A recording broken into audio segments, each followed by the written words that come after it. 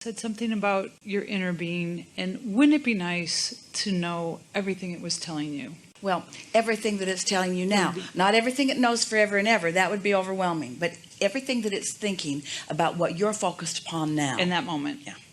And I'd like to have a little bit of understanding about that connection to my inner being, as maybe you can say how Esther connects to Abraham. And I know often you're telling stories about how Abraham told Esther something. Is she going into a state like this? Yeah. When Jerry was around, she would discuss her whatever with Jerry, and they would turn on a recorder, and Jerry would present it as best he could to us, and then we would speak to him in the recorder, and then Esther would listen back. And that was a satisfying way of sort of co-creating with Jerry.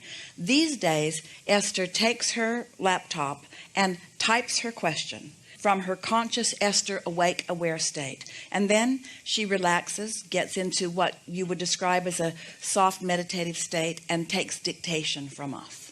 And you do so it, we do you write, type it back then yeah, to yourself? We okay. write the answers back to her, and she does it every day. Okay, so what's the difference between discussing the question with Abraham as to Esther's inner being, or is that the same thing?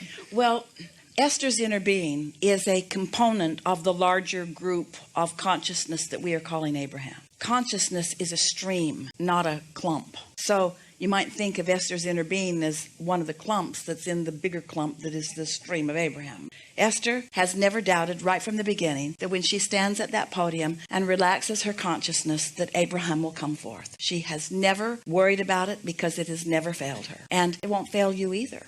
But your ability to recognize it will get better and better and better, you see. I was just going to say, I think we all wish we could just sit at the computer, write the question, get the answer, and just type it out. And I think we can do that. We don't tell Esther the direct answer to everything that she asks, because she can't receive the direct answer to everything that she's asking.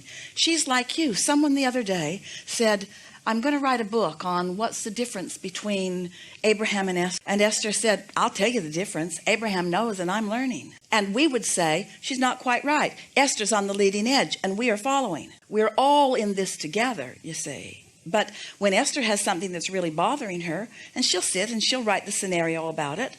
And then even though she relaxes and gets into the receptive mode, she's still not really in the place that she can hear every subtle nuance that we would like to give her. And so we speak to her, but you got to remember, she's the translator of what we're saying. And she can't translate beyond her ability to let it flow.